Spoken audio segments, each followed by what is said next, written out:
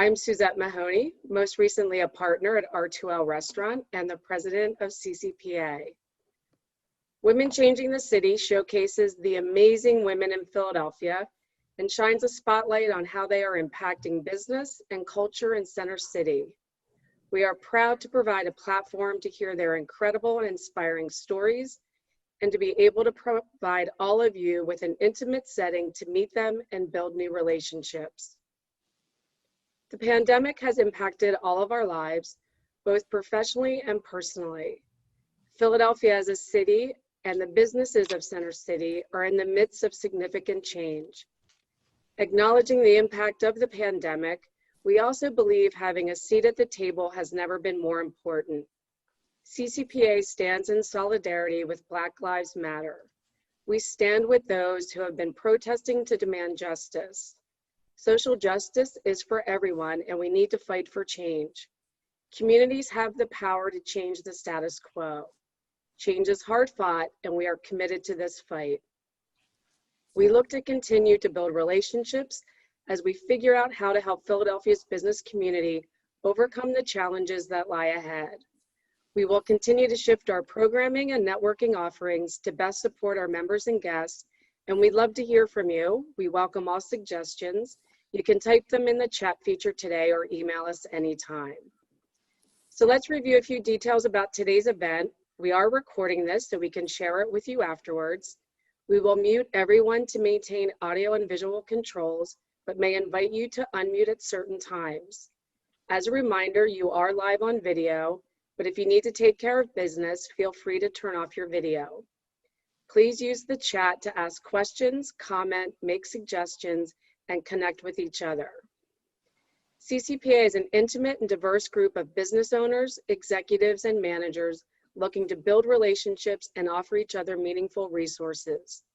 We take pride in bringing you unparalleled access to speakers, decision makers, and leaders who are shaping Center City. We keep our members and guests informed about business challenges and opportunities in Philadelphia and help them become Center City smart. To mention a few of our upcoming events, our next event in the State of Hospitality series is Marketing Philadelphia on the 21st. We will hear from Visit Philadelphia and PHL CVB. Lunch with the City Leaders is October 27th with Joseph Forkin, the president of the Delaware River Waterfront Corporation, who just made a major announcement about developments on the river, which is very exciting. And on October 28th, we have Meet the Developers. You can find a full schedule of our events on centercityproprietors.org. Now I'd like to welcome Peter Blau, Managing Director and CEO of IT Data. Thank you, Suzette, and good morning, everybody. Really great stuff, Suzette. Thanks for sharing all of that. At IT Data, we're committed to being a part of the positive fabric of the community as well. I've always found this event to provide inspiration, thought-provoking ideas. We're proud to be a part of it. In addition to supporting CCPA with their technology and data needs. It's a busy week here in Philadelphia for me, for the city, part of the Greater Philadelphia Leadership Exchange. I don't know if anybody out there is also part of that group. We're supposed to be in Detroit this year, sharing ideas with leadership in that community. Because of the situation, obviously we are hunkered here, but making the best of it and bringing our leaders together, and also focusing on minorities, businesses, and how to make this economy equitable throughout the region.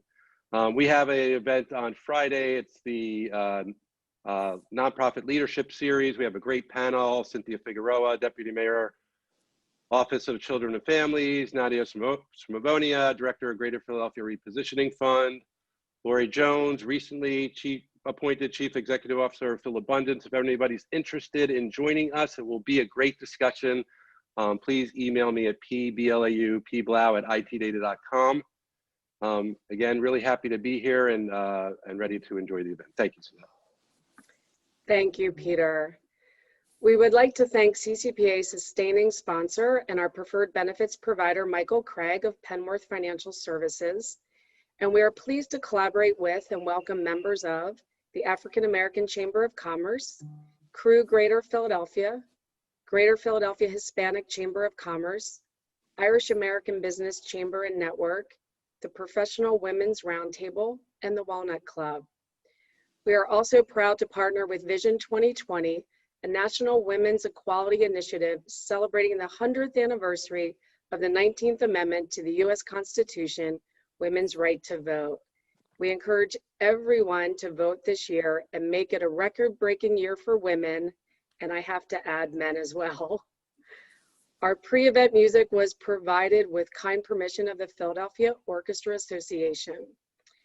And we have several generous sponsors who make this series possible. Axel Leon, Brinker Simpson, Public Accountants and Advisors, IT Data, Obermeyer, Redmond, Maxwell and Hipple, PIDC, Primrose School of Center City, Temple University School of Sport, Tourism and Hospitality Management, and Republic Bank. And now I would like to welcome Republic Bank Regional Vice President, Matthew Skilton. Thanks, Suzette. On behalf of Republic Bank, welcome everyone. Good morning. We as a bank look forward to the presentation today and the panel's discussion.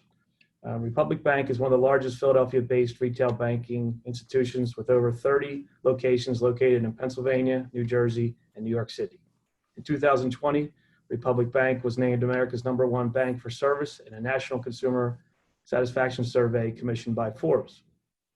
Whether banking in person, online, mobile, or over the phone, Republic Bank delivers an unmatched customer experience. Our staff has been working from the office and our stores throughout the pandemic, and we look forward to seeing Center City get back to the vibrant city we all know and love. In my role as sponsor, I have the honor of introducing our moderator. Jessica Kartalija is the co-anchor of CBS 3's Eyewitness News at 5, 6, and 11, and Eyewitness News at 10 on the CW. She joined the Channel 3 team in fall of 2018. Previously, she has been with CBS in Baltimore and with Fox in Albuquerque, New Mexico. Although Jessica was born and raised in San Diego, her family is originally from the East Coast.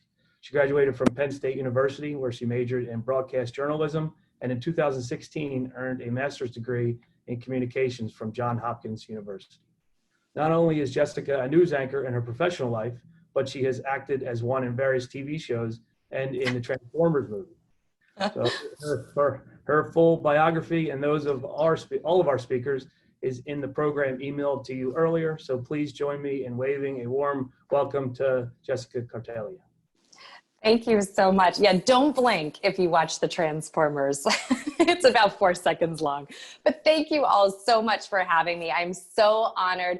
As you mentioned, I do the evening news with Yuki Washington, so I apologize if I've got a little shade going on under here. But I am so excited to moderate this event. It is such an incredible group of women, and I wish we were all in person, but this is fantastic. So let's get started. Let's introduce you to all of the panelists. In alphabetical order, Judge Renée Cardwell Hughes, President and CEO of the Philadelphia Opportunities Industrial Center. Good morning, Your Honor. Would you please introduce yourself to everyone?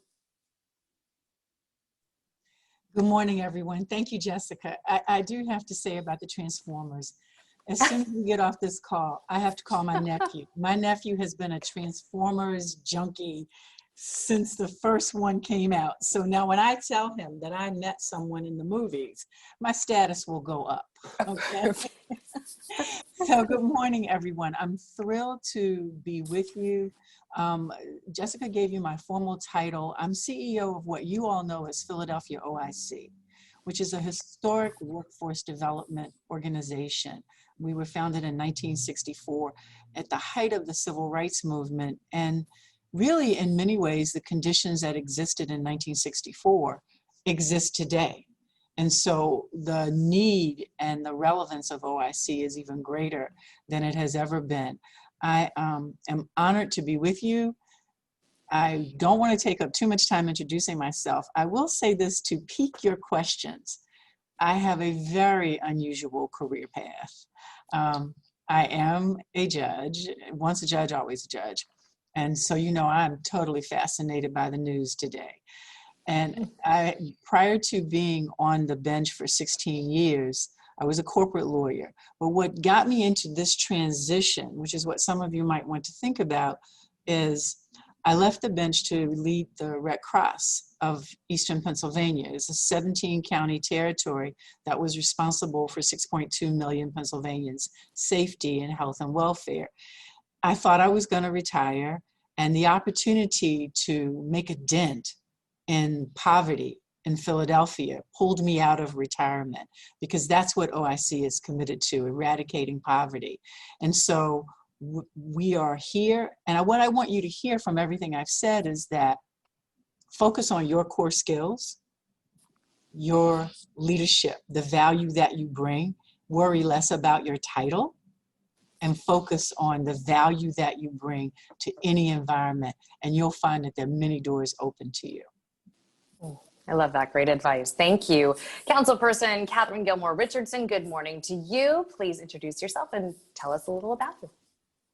Good morning, everyone, and thank you so much, Jessica, and thank you to the Center Cities Proprietors Association for putting on this event and for inviting me here today to join a panel of such esteemed women leaders. I am truly, truly honored. I'm Councilmember Katherine Gilmore Richardson, and I'm currently serving my very first term as an at-large member of Philadelphia City Council. I am the youngest woman ever elected citywide, and the youngest Black woman ever elected to City Council.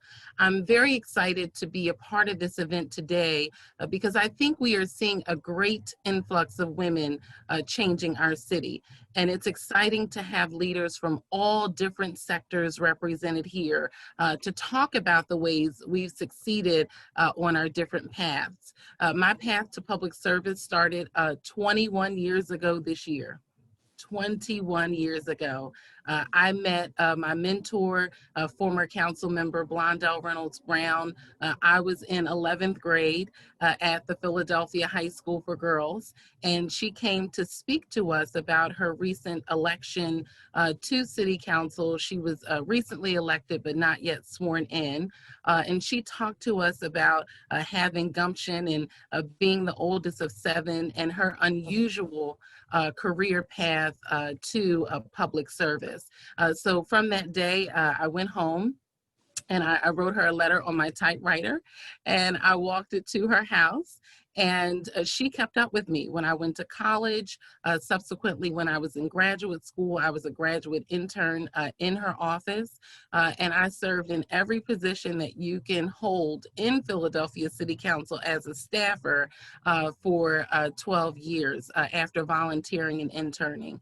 And when the councilwoman decided not to seek re-election, I decided to quit and run for Philadelphia City Council on February 1st of 2019 for the May 2019 election. So I hope that you all know that your path to any work that you want to undertake may not be usual, but know that you can get it done. I am so proud to serve with women colleagues on City Council, all of who are working mothers like me, who hold important leadership positions across our city. And I'm just glad we are still able to get together virtually during these times to celebrate those achievements and to talk about those accomplishments and talk about how we can make a difference in our city. So thank you so much for having me, and I look forward to this conversation. Thank you, Councilperson. Jodie Milkman is the Executive Vice President of the Delaware Riverfront Corporation. Good morning to you, Jodie. Good morning. Good morning. And thank you very much for, it was an honor to be invited to be on a panel with such, I told them in the chat room earlier, it's such an impressive group of women, all who contribute to this city and the community we live in so many different ways. I work for the Delaware River Waterfront Corporation, which is the nonprofit organization which is responsible for basically developing and creating access to the central Delaware in Philadelphia. That's Penn's Landing, that's all the new parks we've created. I hope you've all heard that we're working on the new park at Penn's Landing, which is in final design, which will be more than double the size of the existing park at Penn's Landing. And the DRWC is working closely with the City of Philadelphia and the Commonwealth to make sure that there are great public spaces available to the city and the region. We're working also on a really transformational trail that's going to run the length of the Delaware waterfront, which is going to have separated pedestrian and bike lanes so that everybody can get around the city safely. And we're really working to help improve quality of life for people in the city. I mean, during this pandemic, our public spaces all over the city have been really important to people. So I'm honored to be here. We'll talk a little bit more later about how we all got to where we got. And I appreciate the opportunity to be a part of this. Thank you. Jodie, we love your background. Thank you so much. Carol Wong is Executive Director of the Chinatown Learning Center. Good morning to you. Carol, can you introduce yourself and tell us a little about you? Hi, good morning, everyone, and thank you so much for having me. It's wonderful to be on this panel with all these women who I hope to be, maintain the relationship. I am the director and owner of the Chinatown Learning Center. It's a bilingual preschool and after-school program located at the new Crane Community Center on 10th and Vine. I was very fortunate that I have always wanted to be a teacher since I was 6 years old, and I never wavered from it because my background is I was born here in America, but my mom only spoke Chinese to me. So when I went to school, I couldn't speak English. And I have, so it was really eye-opening for me to see how it was. It was the town I was born in was not very diverse. So the teacher I had loved what she did. It wasn't about testing. It wasn't about assessment. It was doing what she loved and really nurturing children. And then throughout the years, I had wonderful teachers. I could tell you the name of every teacher I've had. So I love teaching, and it was really a dream that I was able to open my school to work with future leaders. And now, childcare and education is at the top of everybody's list when they talk. So I'm very fortunate to be able to have my school, which I started in 1993. It was like over 27 years ago. I have, like I said, a preschool. I've worked with kids ages 3 to all the way to adults, because in the past, I did a kindergarten program at a church in Chinatown. And that's when I realized that children that have English language learners needed to have a safe and supportive environment so that they would be ready for kindergarten.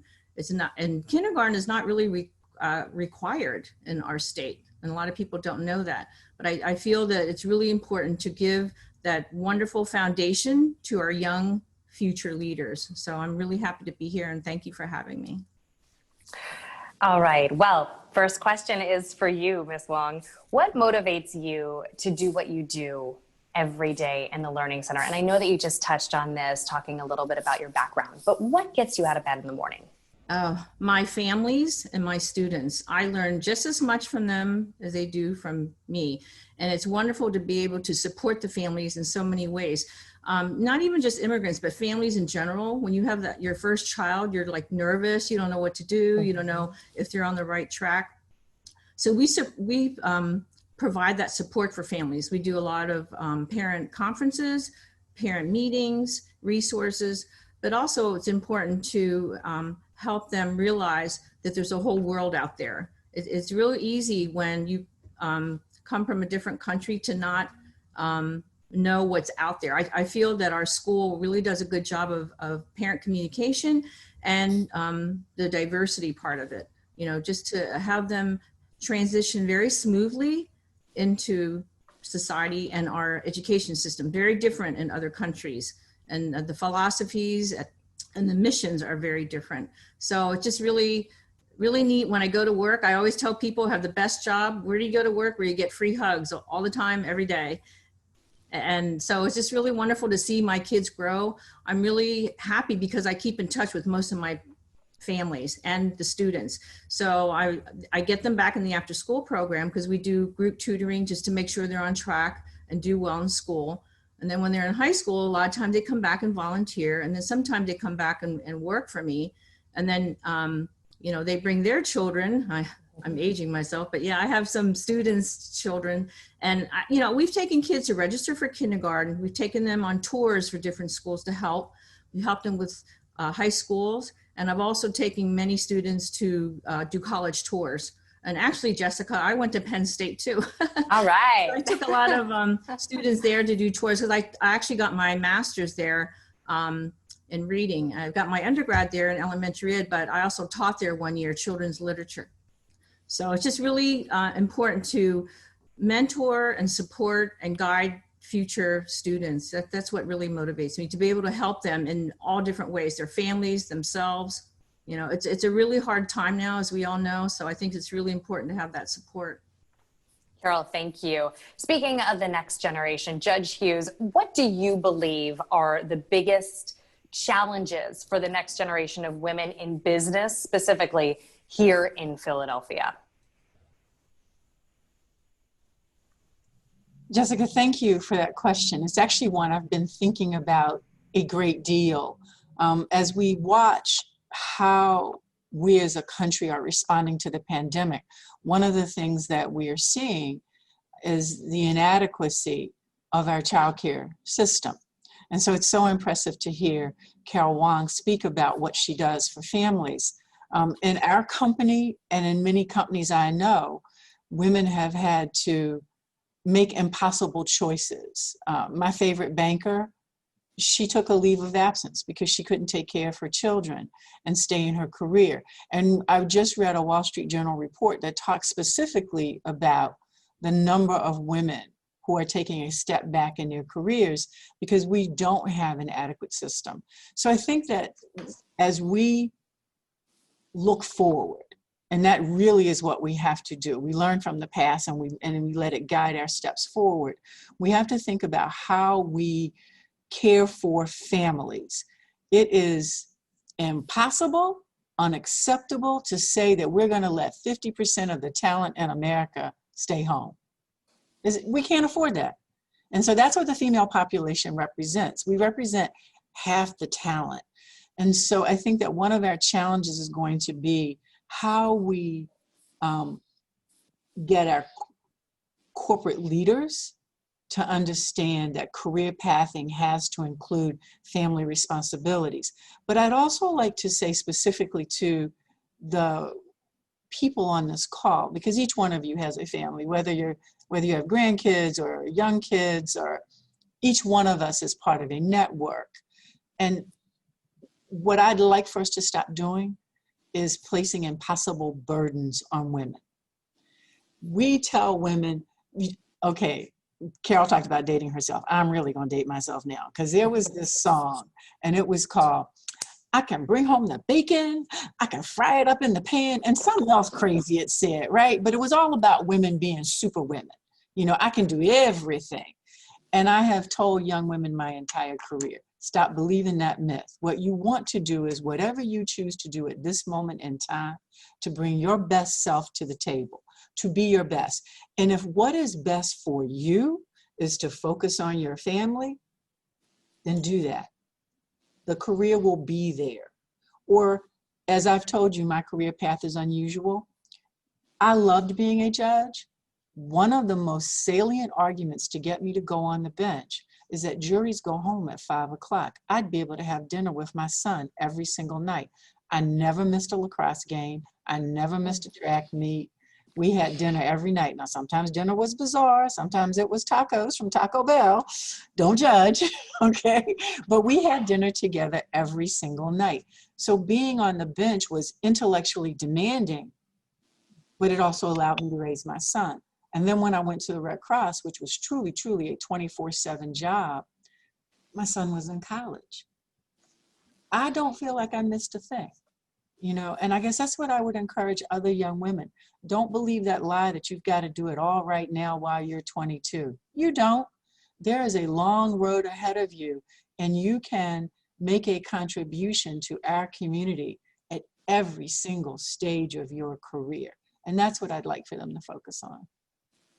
That's great. And Judge Hughes, you mentioned, you know, words of advice, and I want to pivot. Councilperson Richardson, you, as you mentioned, are the youngest African-American woman to be elected to Philadelphia City Council. What is the best advice that you have ever received from a mentor?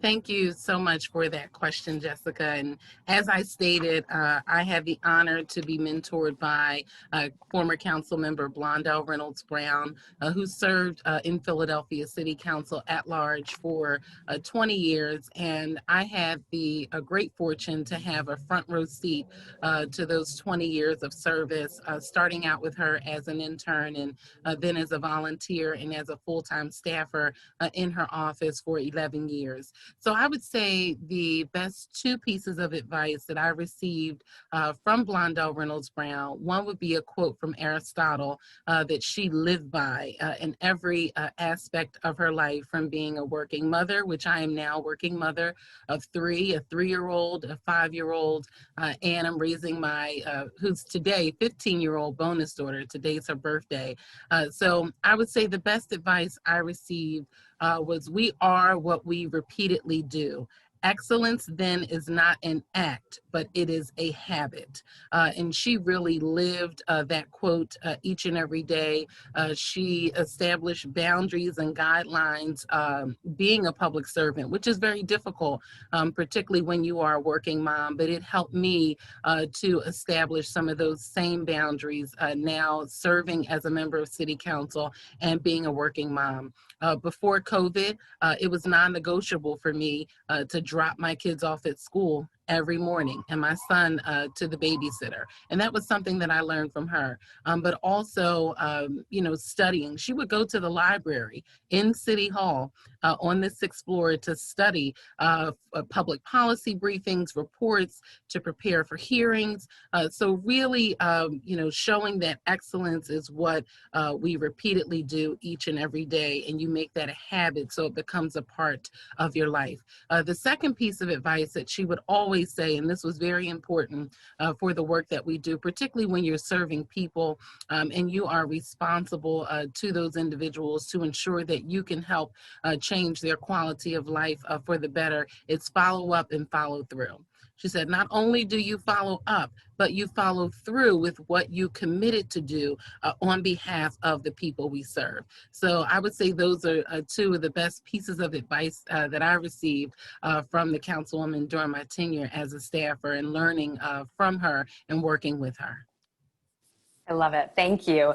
Jodie, you have said that you love the saying, you don't have to move out to move up. Why does this resonate with you?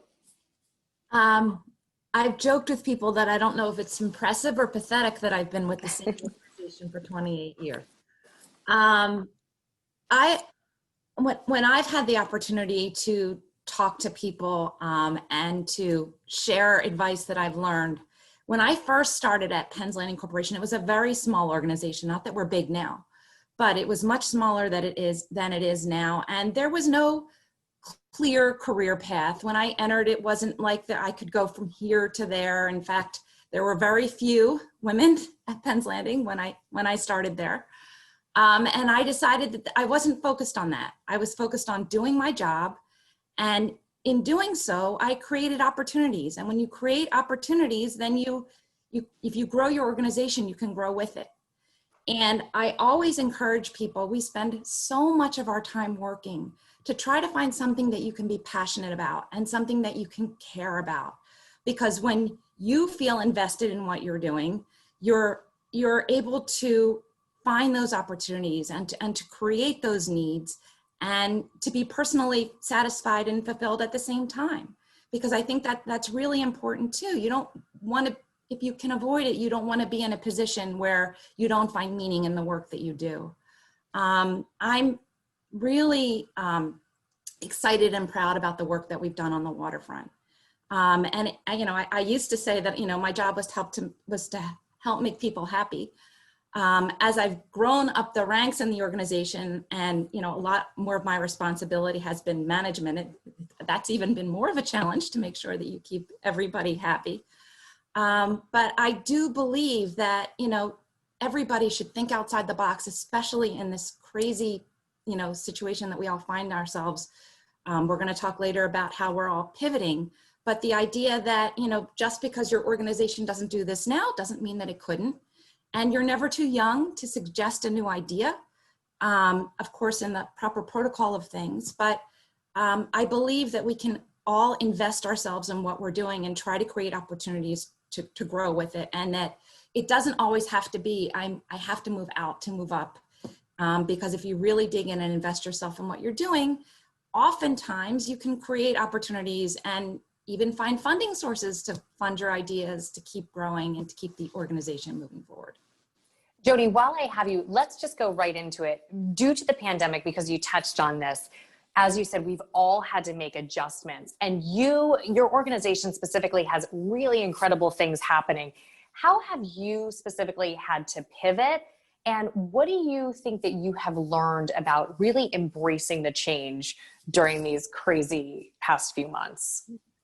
I mean, if you think about it, a lot of what you all know at Penn's Landing are the big festivals and events that we do. And, you know, in this day and age, and Kate can speak to this, you know, that's just not happening.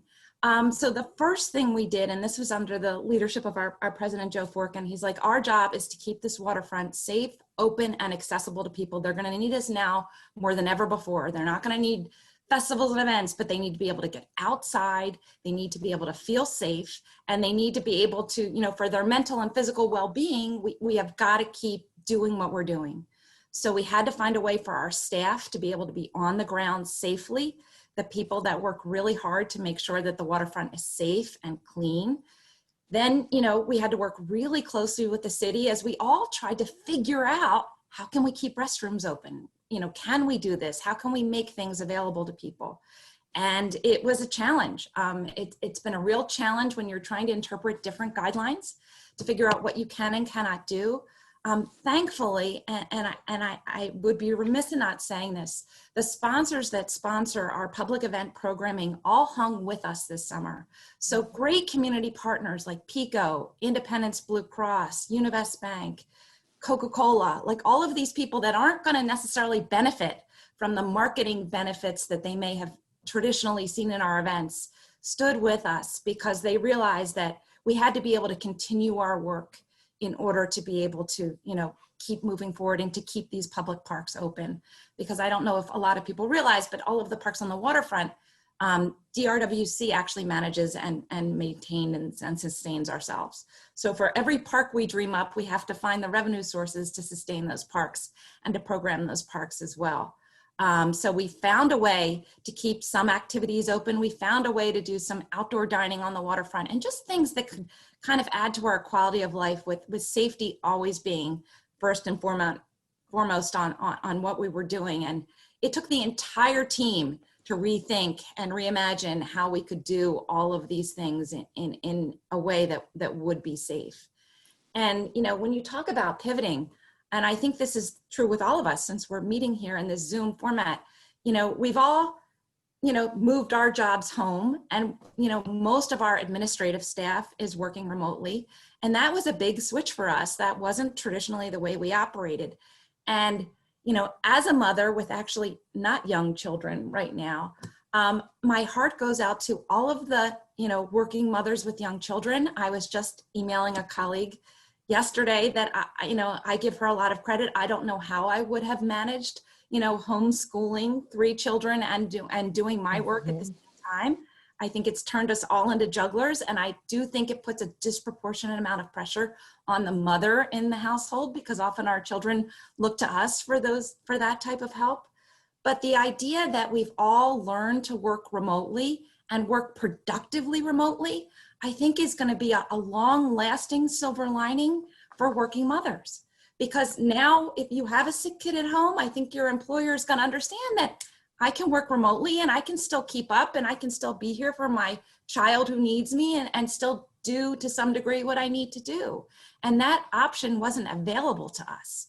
So if your kid woke up sick and you had a board meeting, it's like you were really stuck.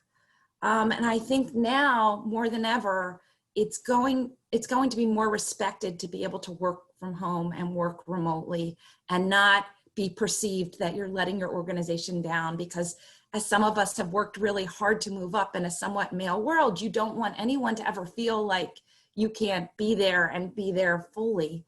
And it was always something that I was very sensitive to. And I have to say, I've been very fortunate to work work for people along the way that have always respected and understood that I did have a mom and I did have a family, and Jodie, it's okay if you have to do something. And they've worked with me on sometimes a flexible work day when I needed to. So I feel very fortunate that I've been able to invest myself in this organization, that I've been able to help to grow this organization and to grow with it.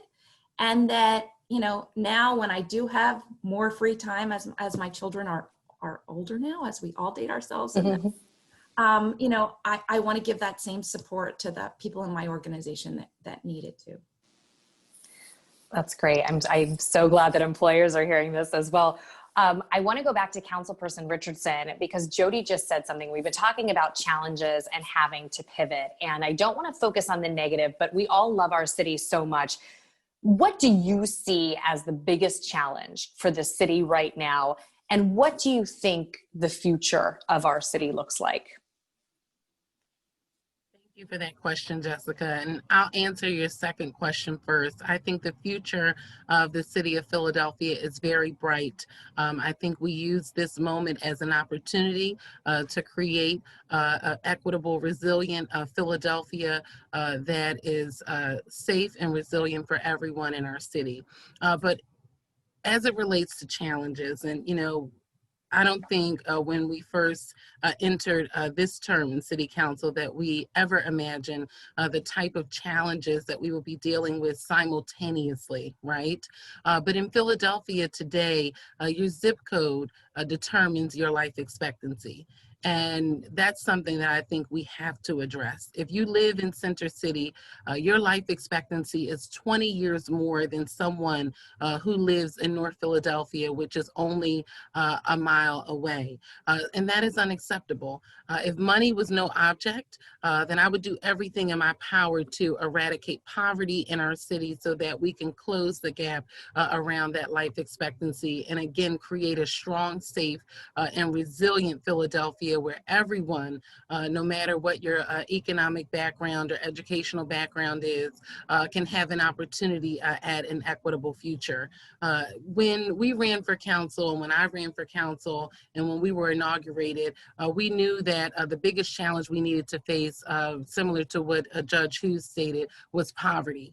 We are the largest, poorest city in the country. And as a result of that, we are faced with issues around developing our workforce. I know we recently saw an article yesterday around how we need to ensure Philadelphians are upskilling so that we can vie for the jobs that are here in our community and have opportunities for families supporting and sustaining jobs. But also gun violence is a major issue in our city, which I think has a direct correlation to the poverty that we're seeing. And even in my family, my cousin was murdered in January, shortly after inauguration. He was murder number 25 here in the city of Philadelphia, but also climate change. We must address climate change if we want to create a community where our children could live and breathe equitably. So, you know, I think we need to focus on how we can use this moment as an opportunity for change and to do things differently than we have done them before. But our biggest challenge is poverty, and we need to address that, not only for our education system, but for our business community and for all the neighborhoods that we serve. And we know that that will be a challenge in this moment. Since March, we've had the shelter-in-place order where a lot of our businesses have been closed, and that creates a challenge for our budget. And I know that our upcoming budget cycle will be one of the most difficult that we've ever had to face. And I was a legislative aide in 08 and 09 when we faced the last recession. And that was a very difficult moment to try to balance our funds and also support our education system. And we will be faced with that moment again. We were recently faced with that moment in the spring where we had a $750 million shortfall in our budget. So I think this is a moment for us to look at how we do things differently so that we can finally create a Philadelphia where all Philadelphians thrive, no matter what your zip code may be. Thank you. And Carol, what changes in Philadelphia do you believe would help to support diversity and inclusion, especially in your line of work? Well, I believe that we start with the youngest members of our society. I mean, people think, oh, kids. No, kids are a lot smarter than some adults out there. So I feel privileged to be able to be a teacher and instill positive self-esteem in children, no matter what ethnic group or whoever they are, having confidence. And I think the main thing with kids, sometimes they're in a household where the parents don't think like that. These stereotypes and the racism starts somewhere. They're not born with it. So I think in education in the workplace, I think it's really important to make sure that children know and respect other groups, no matter who and what they believe in. I think that's really important. And it starts actually when they're young. As teachers, we have a huge responsibility to make sure that children are not bullied, or they understand how to react when bad things happen, and not to overreact. And that's a lot of times where sometimes the violence comes from, not understanding. I feel it's really important to have strong communication and collaboration. I do this with my groups of children. They're in diverse situations in the classroom, but at home, it's a different story. So I think it's really important to educate the children. And then in turn, because a lot of times the English languagers are the ones that interpret in their family for different things. So I think we educate the families, the parents, and the kids. And I think that really helps as far as understanding the other groups of people. I think sometimes when people look at something, they just look at it with one lens. I think people have to be open and really see how and where everyone's coming from. You treat everyone fairly and you treat them the way you want to be treated. I think that's very helpful, and that's very basic for children to understand. Like, you know, when they do something, it's like, oh, how would you like it if someone said that to you, or vice versa? Or if someone hurt you, you know, what do you say? Or how can we work around it? I think it's really important to help them problem solve and think about outside of the box, not just like, oh, he hurt me. Like, you really need to get to the root of the problem and then discuss it and have an open discussion of that. And it goes with them as they grow older and go into the workplace. Like, you don't just sit there and not say something if something is not appropriate, period. You stand up for yourself. You know, you have, like I said, strong communication, and then you discuss it. And sometimes it's not feasible to discuss it because it just depends on the situation. Everyone's different. But I think it's really a big thing, especially for women, because I think before women were afraid to say something, or they would be afraid that they'd be judged because, like you said earlier, that you couldn't make it to a meeting because something happened at home. You know, I tell people you have to know what your priorities are and your goals and not waver from them. You can work around it, be creative, and not to be afraid to ask for help. That's a key thing. A lot of times I think women feel like, oh, they're going to think that I'm weak or I don't know what I'm doing because I'm asking for help. No, you need to be open and be able to communicate with either your coworkers or your bosses or even your clients. You know, that's how I feel about how teachers and educators and people in general can help with diversity. I think it's all about being open and communication. It's really important. Education and communication. Judge Hughes, you touched on this, and I really love this because I can't tell you how many times I've been asked, do you really think that you can have it all, the career and the children and the work-life balance? Why do you think your role as a mentor is so important? It's really simple. I have been blessed to have people who've cared about me and who've shared their insight and accomplishments with me. And I am the oldest of 5. I have always known that my behavior and my path would impact the 4 behind me.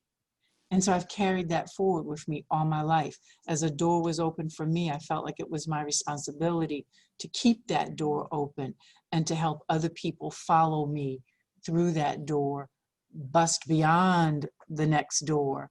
So I think it is really important to understand that everything you do touches someone else, and you can touch them in a positive way or not. And I choose to believe that as we share, we grow. I don't see life as being limited. I think the more I give, it'll be replenished. I will get more, and I get more in terms of the wonderful network of young women that I have. I have mentees all across the country, you know, not just in Philadelphia, but they're all across the country, male and female. I was laughing when Jodie talked about things falling heavily on parents, because my 2-year-old granddaughter wakes up every day and says to my son, "Daddy, read, up, read," right? And I share that with you to say that this is, I know this is focused on women changing the city, but one of the ways women change this city is to show that a different, more inclusive, more collaborative leadership style lifts us all up. There is no point in me having a position of leadership if I'm going to replicate the narrow, limited perspective of the 50s and the 60s and even the 70s. I look for talent without regard to race, gender, religion. I look for talent.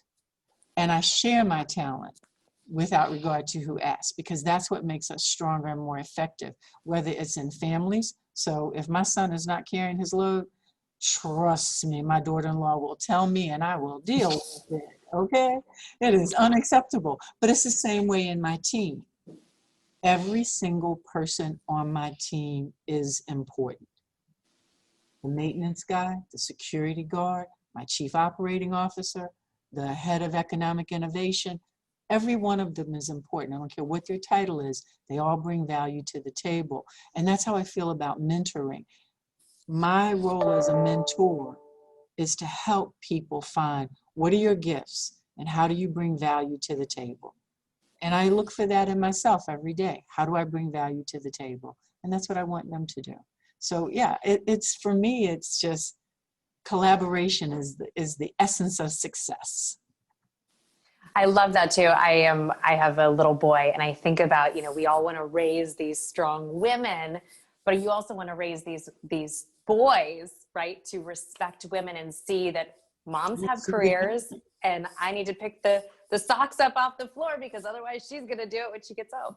Well, think about it, Jessica, just real quick. You know, it's like if you're a good woman, you want to marry a good man. Well, it's on us to raise good men. 100%. 100%. Judge Hughes, thank you.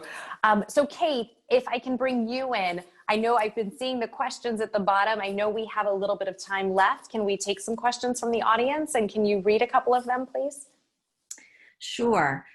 We did have a comment about the homeless encampments and whether this is making local neighbors doubt their love for the city, and that people might be leaving as a result of some of the challenges the city's had. So that, you know, I don't know who you would like to have answer that. I think I can start. I was going to say Councilperson Richardson, and real quick, Councilwoman Richardson, just last night at 11, we had heard that there had been a resolution that they do need to be moved out to safe area by Friday. Is that correct? Yes, so I am encouraged by the work of our administration, the managing director's office, our council president, Darrell Clark, and my colleagues, council members Brooks and Gaudier, who negotiated with the individuals who were at the encampment around a successful resolution that was nonviolent. So the encampment will be coming to an end by the end of the week, and there are housing opportunities for the individuals who were living at the encampment. So that situation has come to what I think is a successful conclusion because it is nonviolent. Not all sides were happy, but we were able to come to a resolution so that the encampment can close and we can work to restore the quality of life for the individuals living in that community. Okay, great. And the second part, I believe, of that question was what about the residents of Center City who live nearby? And I know I pass it every day on the way to work. Do you think that it has changed tourism in that area? And what would you tell the residents who do live in the neighborhood? So I spoke with a number of the residents who lived in that community throughout the time of the encampment, and I remember meeting with one of the civic associations who were most adversely impacted at the very beginning of the encampment, particularly around young people utilizing the sports field. And I thank the members of that community for their understanding, for really working with the city. Know that the city is committed to ensuring the restoration of that location and continuing to work with you as we move forward. But I appreciate that community for their understanding and resilience in this moment. Because we were in a shelter-in-place order, I think, tourism was already impacted because of coronavirus, right? So I think this gives us an opportunity to ensure that we restore that area back to the original space that it was utilized for. But I do thank those residents because they have been through a very tough time and it's been very, very difficult, but we will continue to work with them as we move forward. Great, thank you. Kate, I just saw a couple more questions pop up. Okay. Here is Brittany asks, as women leaders who wear many hats, what are your tips and tricks for multitasking effectively?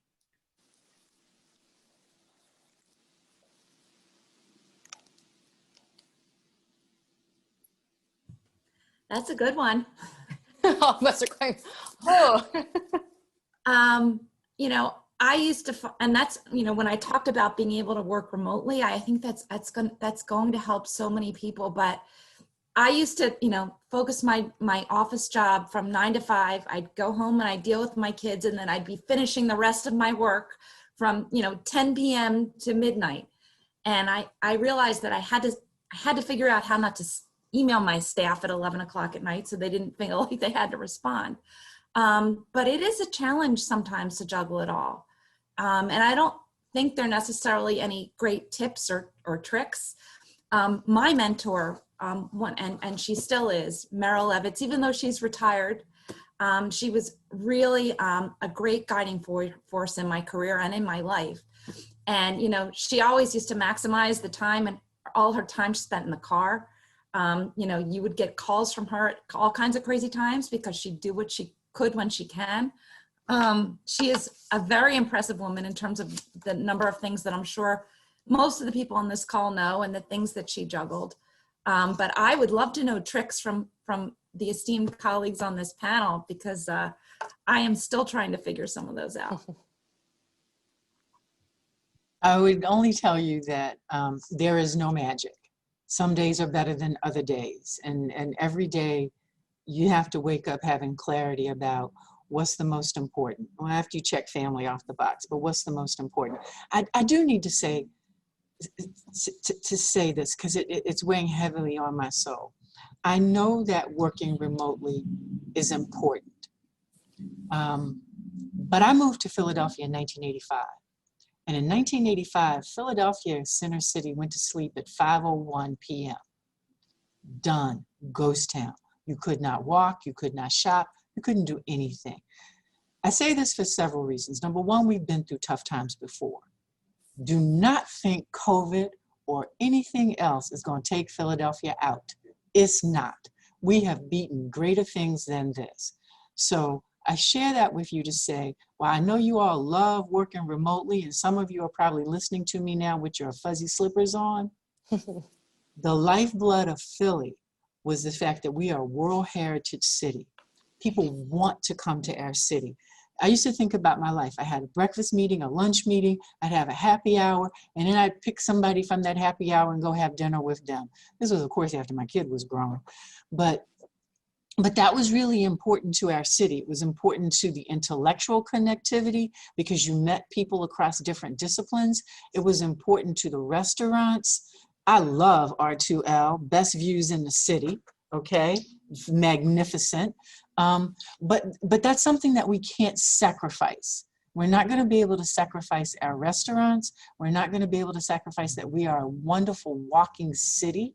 And so what we need to look for now, and this multitasking question relates to it, we need to look for balance. We need to look for the ability to respect talent, and that talent may need to work from home 1 or 2 days a week, or maybe more days a week, whatever, but we focus on the talent and the value they bring to the table. But we also make this conscious commitment to our city and the quality of life for all of us in our city. North Philadelphia, which is where my office sits, is thriving. The Met, the developments that Temple is making. There's lots of wonderful things happening. My job and my team's job is to make sure that these wonderful things inure to the benefit of people who want to work and elevate their lives. That's the challenge for our whole city. So multitasking, it's just the nature of the beast. Every day you do what's most important, you keep a running list, you check it off, and you never drop your standards. You always do your best every single day. And you're not gonna finish the list. Whether it's 5 o'clock or midnight, you're not gonna finish. So you look at the list and you say, I did these things. Tomorrow I'll do these things. And we keep moving forward. And as a result, from 1985 to 2020, Philadelphia became one of the most desired places in the world to be. And it will be again if we keep our focus on the value that we have. I've been looking at the chat.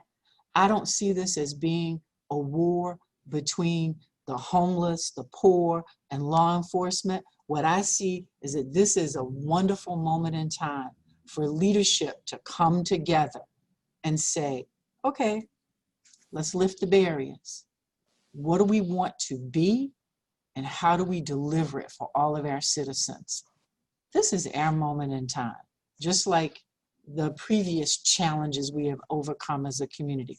This is our moment to leave Philadelphia better and stronger. We can do this, just not in 24 hours.